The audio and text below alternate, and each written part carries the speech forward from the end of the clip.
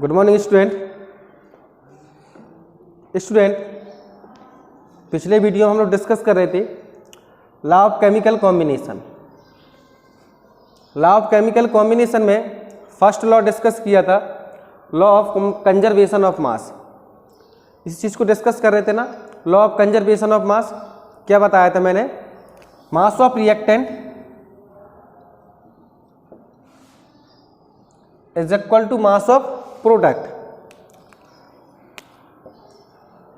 Mass of product, ये था law of conservation of mass. इससे रिलेटेड सैंपल प्रॉब्लम क्वेश्चंस कर रहे थे, तो एक क्वेश्चन इसका सॉल्व करवा दिए थे स्टूडेंट मैंने। नेक्स्ट एक क्वेश्चन और देख लेते हैं इसको। ये क्वेश्चन नंबर 2 है। तो लॉ ऑफ कंजर्वेशन ऑफ मास आपका क्लियर हो जाएगा। थोड़ा सा इसके बारे में मैंने फिर से रिवाइज करवाया आपको, और रिएक्शन करना बताया था, वो किस तरीके से रिएक्शन करना है। क्वेश्चन कह रहा है calcium carbonate decomposes on heating to form calcium oxide and carbon dioxide. When 10 gram of calcium carbonate is decomposed completely, then 5.6 gram of calcium oxide is formed. Calculate the mass of carbon dioxide formed. यानी कि कह रहा है question में calcium carbonate को हम जब decompose करते हैं, डिकम्पोज का मतलब हीट करते हैं। देखिए कैल्शियम कार्बोनेट में इसकी आपको सॉल्यूशन दे रहा हूं। कैल्शियम कार्बोनेट का पहले तो formula CaCO3। Calcium carbonate on decomposed, decomposed कर रहे हैं मतलब हीट कर रहे हैं उसको हम, हीट या डिकम्पोज लिख दें। क्लियर? तो क्या फॉर्म कर रहा है वो? Calcium oxide and carbon dioxide. Calcium oxide CO, calcium oxide plus carbon dioxide CO2। ये कैल्शियम ऑक्साइड है, ये कार्बन डाइऑक्साइड है। Clear student? क्वेश्चन में उसने कुछ वैल्यू दे रखी है। उसने कहा है then when 10 gram of calcium carbonate, यानी कि 10 ग्राम है ये बेस की value. 10 gram calcium carbonate decomposes completely, then 5.6 gram calcium oxide, 5.6 gram. Find क्या करना हमें? CO2, इसको x मान लेते हैं, जो फाइंड करना उसको x मान लेते हैं। बड़ा सिंपल है। Mass of reactant is equal to mass of product. क्या बताया था? Mass of reactant is equal to mass of product. देखिएगा मास ऑफ रिएक्टेंट, ये हमारा इस तरफ जो नंबर होते हैं उसको जो इस तरफ वैल्यू होती है उसको रिएक्टेंट बोलते हैं हम। उस दिन बताया था मैंने आप लोगों को, ठीक है। तो रिएक्टेंट क्या हमारा 10 ग्राम है, CaCO3, इसको लिख देंगे 10 gram is equal to mass of product. Product क्या हमारा 2 है, 5.6 ग्राम प्लस ये फाइंड करना CO2, इसको x मान लिया हमने। आसान है इसको सॉल्व करना। इसको इस तरफ लाएंगे, 5.6 को लाएंगे ना, यानी कि माइनस में हो जाएगा 5.6, यानी कि 10 minus 5.6 is equal to x। इसको कैलकुलेट कर लीजिए, 4.4 ग्राम आ जाएगा हमारा। 4.4 ग्राम CO2, यानी कि 4.4 gram is equal to x। x किसको माना था हमने? CO2 को। तो CO2 इज इक्वल टू 4.4 ग्राम। इस तरीके से कोई भी क्वेश्चन होगा लॉ ऑफ कंजर्वेशन ऑफ मास से रिलेटेड, आप उसको आसानी से सॉल्व कर सकते हो, और कोई वैल्यू पूछी जाए तो उसको वैल्यू को आप सॉल्व कर सकते हो और उसको फाइंड कर सकते हो। Clear student? तो लॉ ऑफ कंजर्वेशन मास यहाँ से क्लियर होता है। सेकंड है law of constant proportion. Law of constant proportion क्या होता है? इसको 1774 में 1774 में लॉ ऑफ कंजर्वेशन मास आया था। 79 में, यानी कि 1779 में जोसेफ प्राउड्स साइंटिस्ट थे जिन्होंने law of conservation constant proportion को दिया था।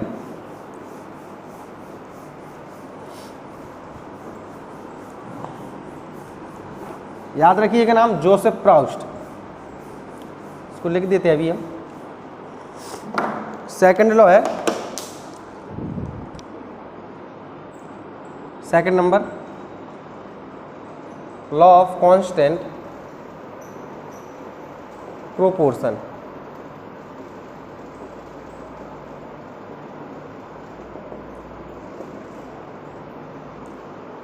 लॉ ऑफ कांस्टेंट प्रोपोर्शन क्या कहता है?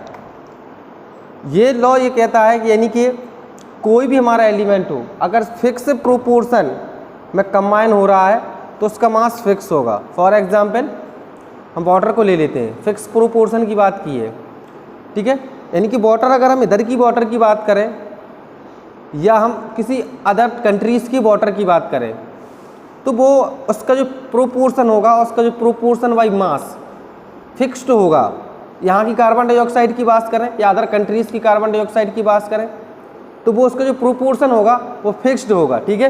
तो law of conservation of mass क्या कहता है? इसकी डेफिनेशन इसको लिख सकते हैं, वाज गिवन बाई, या लिख सकते law of constant proportion was given by Joseph Proust.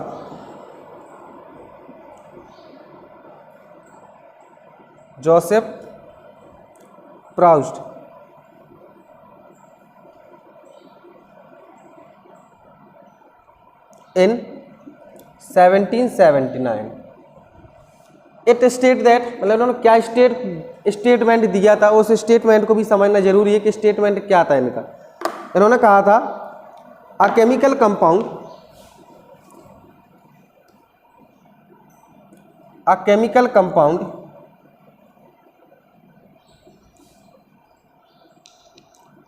always consist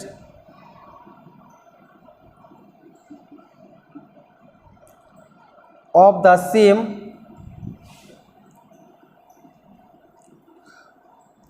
elements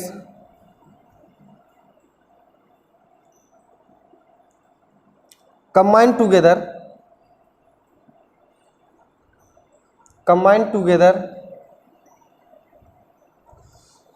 in the same proportion by mass,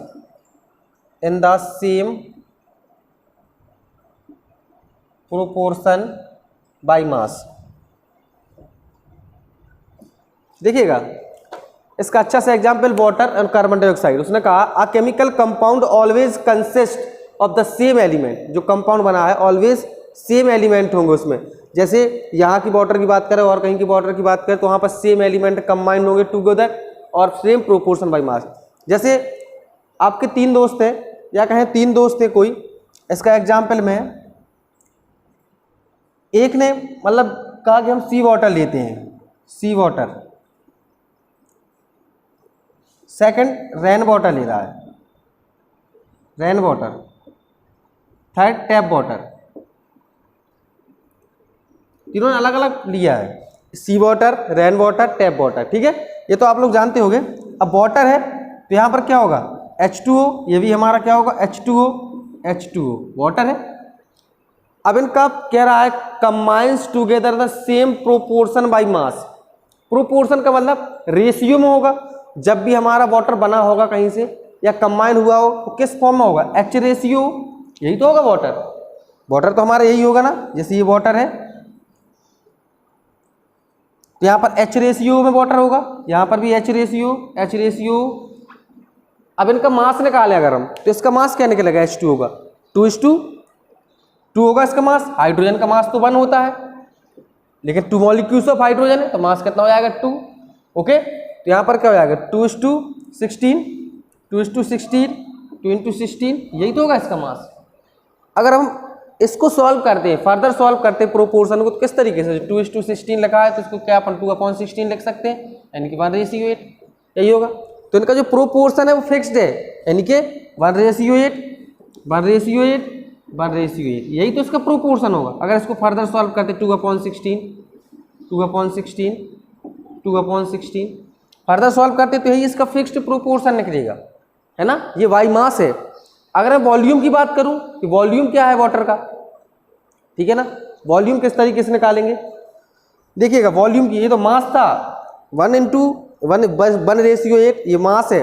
अगर वॉल्यूम की बात कर लेते हैं, जैसे वाटर है हमारा, ओके, ये वाटर है तो इसका वॉल्यूम निकालेंगे 2 मॉलिक्यूल्स ऑफ हाइड्रोजन और 1 मॉलिक्यूल्स ऑफ ऑक्सीजन। इसमें यही तो है, 2 molecules of hydrogen, 1 molecules of oxygen. तो यहाँ पर क्या होगा 2:1, 2:1 होगा ना, ये बाई वॉल्यूम निकलेगा 2:1 बाई वॉल्यूम। अगर कोई वॉल्यूम निकालने को कहता है तो वॉल्यूम किस तरीके से निकालेंगे आप, जो हमारे मॉलिक्यूल जितने हैं वो 1 मॉलिक्यूल जितना है 2:1। अब मैं कार्बन डाइऑक्साइड के वॉल्यूम्स निकालूंगा आपसे कि कार्बन डाइऑक्साइड का वॉल्यूम्स क्या होगा। देखिए कार्बन डाइऑक्साइड का 1 मॉलिक्यूल से तो 1:2, ऑक्सीजन के कितने मॉलिक्यूल से 2 बाई वॉल्यूम। अब इसका मास की बात करें तो मास इस तरीके से इसका फाइंड करते हैं। Clear student? तो ये law of conservation of mass, sorry constant proportion mass Joseph प्राउस ने 1779 में दिया था। तो इस तरीके से इसको समझ सकते हैं। उन्होंने ये बताया था कि हमारा जो सेम एलिमेंट अगर कंबाइंड्स होते हैं तो वो फिक्स्ड प्रोपोर्शन होंगे, फिक्स्ड उसका मास होगा। जैसे कार्बन डाइऑक्साइड ले ले और वाटर ले ले, ठीक है। इनसे रिलेटेड क्वेश्चंस होते हैं हमारे, किस तरीके से उनको सॉल्व करते हैं। सैंपल प्रॉब्लम है, देखते स्टूडेंट, सैंपल प्रॉब्लम आपकी बुक में एक दी गई है, उसको सॉल्व कर लेते हैं। क्लियर है किस तरीके से उसका रेशियो फाइंड करते हैं, क्वेश्चन इसके पूछे जाते हैं।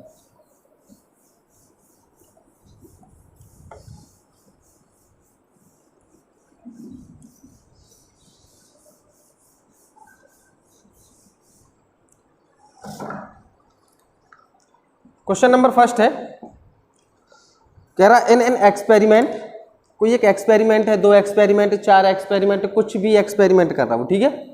इन एन एक्सपेरिमेंट, क्वेश्चन को थोड़ा लिखेंगे पूरा पहले। In an experiment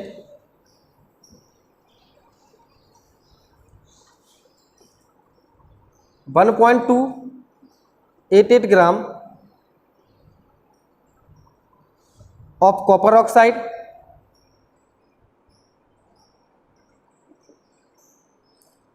was obtained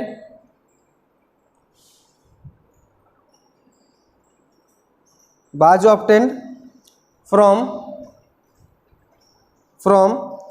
1.03 gram of copper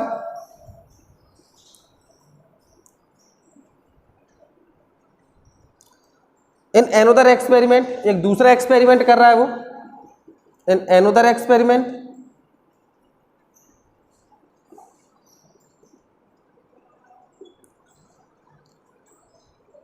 3.672 gram of copper oxide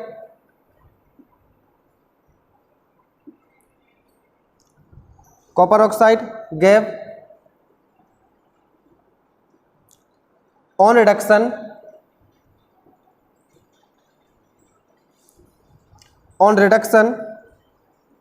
2.938 gram of copper, so that these figure verify so that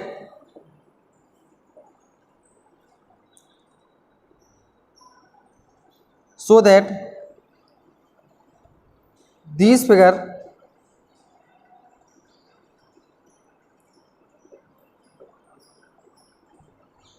verify the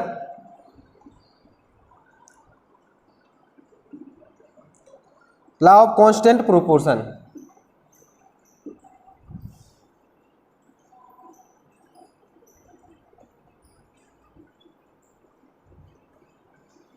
देखिए स्टूडेंट समझिएगा, इसमें कह रहा है 2 एक्सपेरिमेंट कर रहा है वो। फर्स्ट एक्सपेरिमेंट में उसने क्या किया, in an experiment 1.288 gram of copper oxide. सबसे पहले तो कॉपर ऑक्साइड मैंने बोला है तो उसका हमें फॉर्मूला जानना जरूरी है, कॉपर ऑक्साइड, ठीक है। तो कॉपर हो गया Cu, ऑक्साइड हो गया O, तो इसका फॉर्मूला होगा कॉपर ऑक्साइड। कॉपर ऑक्साइड का ये CuO copper oxide was obtained from the 1.03 gram of copper. यहाँ पर क्या है, कॉपर, यानी कॉपर ऑक्साइड से वो कितना कॉपर ऑब्टेंड कर रहा है, इस कॉपर ऑक्साइड से इतना कॉपर ऑब्टेंड कर रहा है वो, ठीक है। इनकी 1.03 ग्राम कॉपर। नेक्स्ट है एनोदर एक्सपेरिमेंट, उसने फिर दूसरा एक्सपेरिमेंट किया, उसमें 3.672 ग्राम ऑफ कॉपर ऑक्साइड लिया और उसमें से उसे गैप मतलब दिया गया reduction 2.938 gram of copper so that this figure verify the law of constant proportion by mass. देखिए दो एक्सपेरिमेंट कर रहा है वो, दो एक्सपेरिमेंट, एक्सपेरिमेंट 1 और एक्सपेरिमेंट 2 को किस तरीके से लिख सकते हैं हम, आप किसी भी तरीके से सॉल्व कर लेना उसको, ठीक है। एक्सपेरिमेंट इसको 1 कर दिया और एक्सपेरिमेंट ये 2 कर दिया मैंने, ठीक है। अब देखिए सर मास ऑफ कॉपर कितना दिया गया, पहले कॉपर ऑक्साइड, ठीक है। तो कहीं ना कहीं से कॉपर मिला और कॉपर तो मिल गया, कॉपर ऑक्साइड मिलेगा, लेकिन कॉपर ऑक्साइड जो बना है, कॉपर ऑक्साइड दो चीजों से मिलकर बना है, कॉपर रेशियो ऑक्साइड ऑक्सीजन, यही तो बना कॉपर ऑक्साइड CuO। तो क्या है इसमें कॉपर इस टू यानी कि रेशियो ऑक्सीजन। तो उसने कहा है फर्स्ट एक्सपेरिमेंट में कॉपर ओके ऑक्सीजन जब ये कंबाइन होंगे तो बनेगा कॉपर ऑक्साइड, यही सेकंड में है, फर्स्ट एक्सपेरिमेंट और सेकंड एक्सपेरिमेंट दोनों में है। अब यहाँ से एक टेबल और बढ़ा देंगे, ये तो हमारे एलिमेंट दिए गए जो भी है, ओके। एक्सपेरिमेंट नंबर फर्स्ट और experiment number second.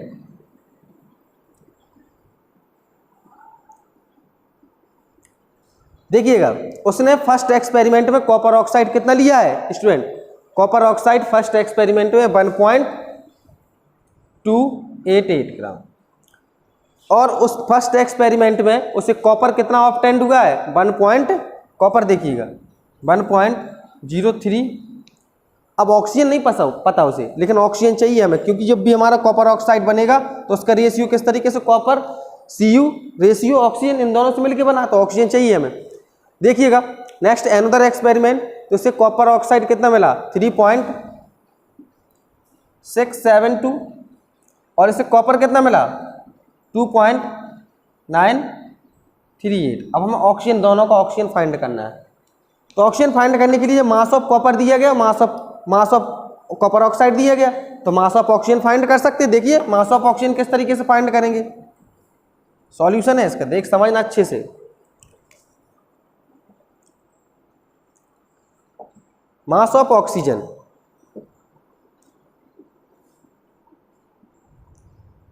Mass of copper minus mass of copper oxide minus mass of copper, दोनों कर देंगे, यानी कि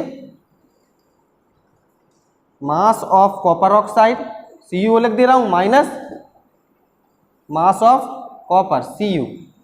तो कॉपर ऑक्साइड कितना दिया गया है, फर्स्ट एक्सपेरिमेंट की बात कर रहा हूं, इसमें 1.288 माइनस और मास ऑफ कॉपर कितना है हमें 1.03।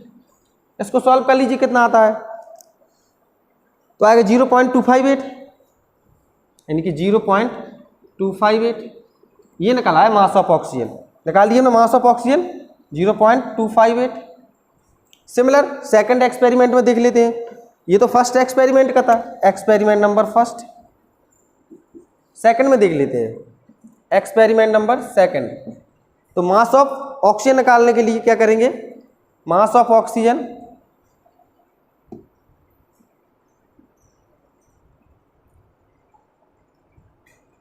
Is equal to mass of copper oxide minus mass of copper oxide minus mass of copper. देखिएगा कितना दिया है कॉपर ऑक्साइड 3.672 माइनस 2.938। अब इन दोनों को कैलकुलेट कर लेते हैं, तो आएगा 0.734 ये आ गया मास ऑफ ऑक्सीजन सेकंड का 0.734। अब देखिएगा फर्स्ट का हम क्या करेंगे, जो फर्स्ट नंबर है इसका फाइंड करेंगे हम रेशियो फाइंड करेंगे, तभी तो हमारा फिक्स प्रोपोर्शन बाई मास आ रहा है कि नहीं है। तो इसका रेशियो निकालने के लिए मैं इसके ऊपर वाला ये साफ कर दे रहा हूँ, ये क्वेश्चन तो लिख लिया होगा आपने, इसको साफ कर दे रहा हूँ अभी 2 लाइन।